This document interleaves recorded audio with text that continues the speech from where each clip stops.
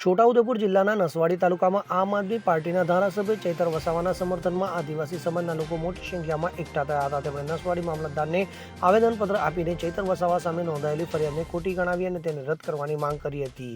આ સાથે ધારાસભ્યને જામીન આપવામાં વિલંબ થવા અંગે પણ આક્ષેપ કર્યો હતો। તો આવેદનપત્રમાં જણાવાયું હતું કે ચૈતર વસાવા આદિવાસી સમાજના હકો અને જંગલની જમીનના મુદ્દે સતત લડત આપી રહ્યા છે। આમ છતાં તેમની સામે રાજકીય ષડયંત્ર હેઠળ ખોટી ફરિયાદો નોંધવામાં આવી છે। તો આદિવાસી સમાજે દાવો કર્યો કે આ ફરિયાદોનો હેતુ ચૈતર વસાવાને હેરાન કરવાનો છે। તો સમર્થકોએ માંગ કરી કે આ ફરિયાદો તાત્કાલિક રદ કરવામાં આવે અને ચૈતર વસાવાને મુક્ત કરવામાં આવે। તો આ ઘટના નર્મદા જિલ્લાના ડેડિયાપાડા તાલુકામાં ગત 5 જુલાઈ 2025ના રોજ ભાજપાના તાલુકા પંચાયત પ્રમુખ સંજય વસાવા સાથેની બોલાચાલી અને મારામારીના આરોપ સાથે સંકળાયેલી છે। તો આમ આદમી પાર્ટી આ કેસને ખોટો ગણાવી ભાજપ પર ષડયંત્રનો આરોપ લગાવ્યો છે। તો નસવાડીના આદિવાસી સમાજે આ મુદ્દે એકજૂટ થઈને ન્યાયની માંગ કરી છે।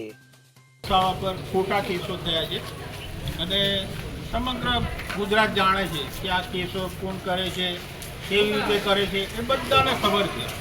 અને આપણે એમ બી જાણીએ છીએ કે બીજા કોઈ પાર્ટીનો નેતા હોય એ બલાત્કાર કરે તો એને નીચલી અદાલતમાંથી પણ બેલ મળી જાય છે। જ્યારે આ આદિવાસી નેતા છે એ કોઈની આવાજ બને છે, કોઈની મદદ કરે છે તો એમને આંખોમાં ખૂંચે છે અને એને આ રીતના હેરાન કરીને ખોટા કેસો, ખોટી કલમો, જે કે કાચનો ગ્લાસ કંઈ હથિયાર નહીં હોતો, એ કાચના ગ્લાસને હથિયારની શ્રેણીમાં લઈને એવી ખોટી વાતો બનાવીને પિક્ચરની ખોટી સ્ટોરી હોય એ સ્ટોરી બનાવીને ચૈતરભાઈને અંદર રાખવામાં આવે છે। તો મારે જજ સાહેબને બી કહેવું છે અને ગુજરાતના મુખ્યમંત્રીને કહેવું છે કે તમે જોતા નથી કે એક બાજુ બલાત્કારીને નીચલી અદાલત જ્યારે જામીન આપતી હોય તો આમને તો એવું કંઈ કર્યું નથી, તો એમને જામીન કેમ નથી મળતા? તો મારે પ્લીઝ બધાને રિક્વેસ્ટ છે, ન્યાયતંત્રને અને સરકારને, કે જલ્દ સે જલ્દ ચૈતરભાઈને રિહા કરો, એમને ડિસ્ચાર્જ આપો અને એમના ખોટા કેસ દૂર કરો। જય હિન્દ, જય ભારત। સદનમાં સમસ્ત આદિવાસી સમાજના પરિવારના યુવાનો સાથે મળી ચૈતરભાઈ વસાવા સાહેબ ઉપર ડેડિયાપાડાના જે ધારાસભ્ય છે એમની પર જે ખોટી ફરિયાદ કરવામાં આવી હતી એ ફરિયાદને લઈને ચૈતરભાઈના સમર્થનમાં આજે આવેદનપત્ર આપી અને સરકારશ્રીને અને એના પોલીસ તંત્રને અમે જાણ કરીએ છીએ કે અમારા જે પણ આદિવાસી વિસ્તારની અંદર જે અમારા નેતાઓ જ્યારે સમાજની સેવા કરતા હોય અને જ્યારે આદિવાસી સમાજ ઉપર બહુ મોટી આફતો આવી પડે છે અને જ્યારે આદિવાસી સમાજ પર અત્યાચાર થાય છે, બહેનો પર બળાત્કાર થાય છે અને અમારી જે બહેનો છે એમને જ્યારે પ્રસ્તુતિની પીડાઓ થાય ત્યારે રોડ રસ્તા પણ નથી હોતા, એવી જગ્યાઓમાંથી જોડીમાં લાવીને નાખવામાં આવે છે। ત્યારે એવી જ્યારે ઘટનાઓ બને ત્યારે અમારા ચૈતરભાઈ વસાવાએ અમારા નસવાડીમાં પણ આવીને અને સમગ્ર ઉમરગામથી અંબાજી સુધી જ્યાં જ્યારે તકલીફ પડે છે ત્યારે આવીને હર હંમેશના માટે, રાત હોય કે દિવસ હોય, એ આવીને અમારી સાથે ઊભા હોય છે અને હંમેશના માટે જે આદિવાસી બહેન હોય, ભાઈ હોય, યુવાનો હોય, જેને બી તકલીફ પડી તેને સાથ સહકાર આપ્યો છે।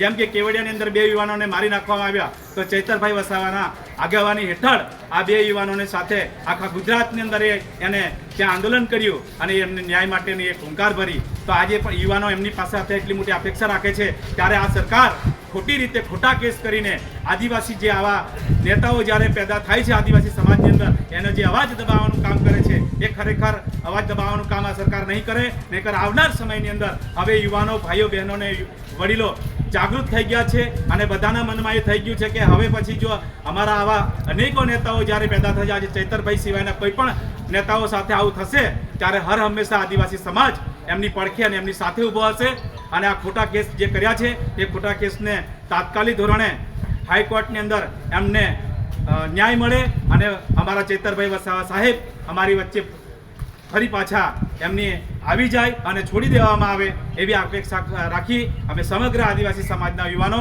સાથે મળી આજનું આવેદનપત્ર આપ્યું છે। જોહાર, જય આદિવાસી। Bureau report, CN24 news. હવે જુઓ દેશ દુનિયાની તમામ ખબરો તમારી આંગળીના ટેરવે। ઉઠાવો મોબાઈલ અને Google Play Store પરથી ડાઉનલોડ કરો અમારી CN24 ન્યૂઝ મોબાઈલ એપ।